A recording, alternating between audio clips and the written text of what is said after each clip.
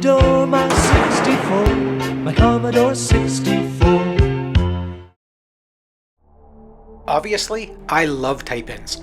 They taught an entire generation of us how to program, they were an inexpensive way to add great games and utilities to our collections, and honestly, typing them in was half the fun. For most of us, the goal was simple: finish typing and start playing, and many of these games were good enough to stand alongside full commercial releases. But for some people, finishing the type-in was just the beginning. That's when the real fun started, tweaking the code, adding new features, and making the program your own. This was 1980 style modding, and it was incredibly satisfying.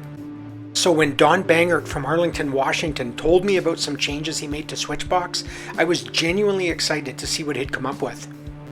For anyone who didn't see the original video, Switchbox is best described as skill-based pachinko for 2 players. But unlike the random chaos that defines pachinko, this one is entirely deterministic. The board is made up of a series of platforms and switches, and when a ball is dropped, its path can be predicted, and more importantly, controlled. The goal is simple: score more points than your opponent by strategically setting up chain reactions that guide balls into the scoring slots at the bottom of the board. It's challenging, strategic, and genuinely fun.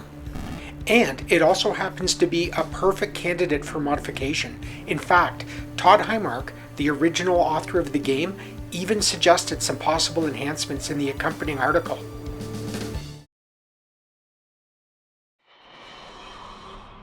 The first set of changes Don made were visual.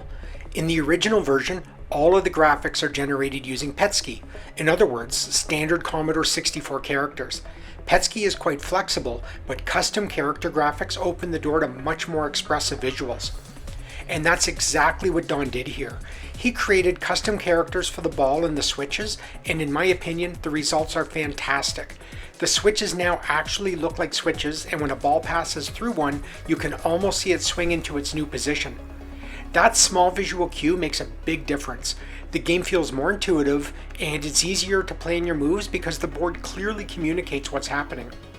Don mentioned that he experimented with about a dozen different styles before landing on this one, and I think the effort really paid off. He also added a small cosmetic feature that lets you change the color of the ball. It doesn't affect gameplay at all, but it's fun, and everyone loves customization.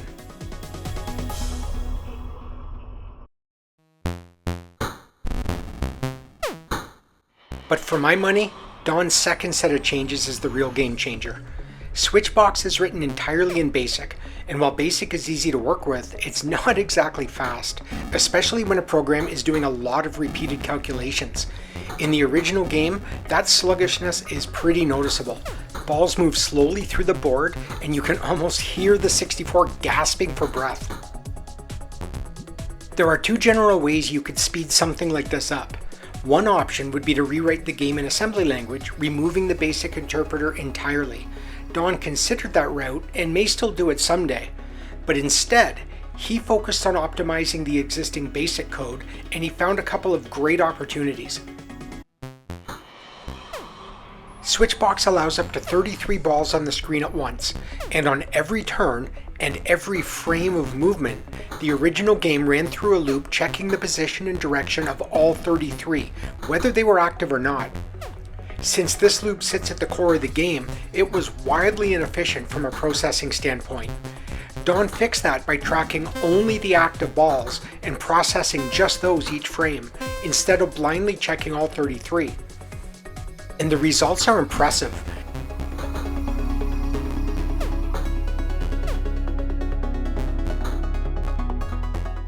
But he didn't stop there. In the original code, the game calculated a ball's vertical screen position using this formula. It works, but multiplication is one of the slowest operations in BASIC. Don replaced that calculation with a simple array, so instead of doing the math every time, the program just looks up the answer. And as you can see, it's much faster.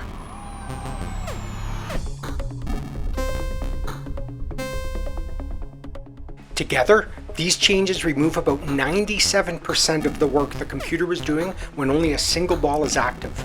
It still slows down when things get hectic, but hey, it's still BASIC.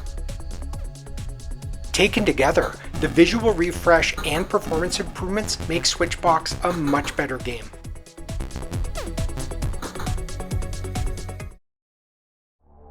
And if you'd like to try these modifications for yourself, you can.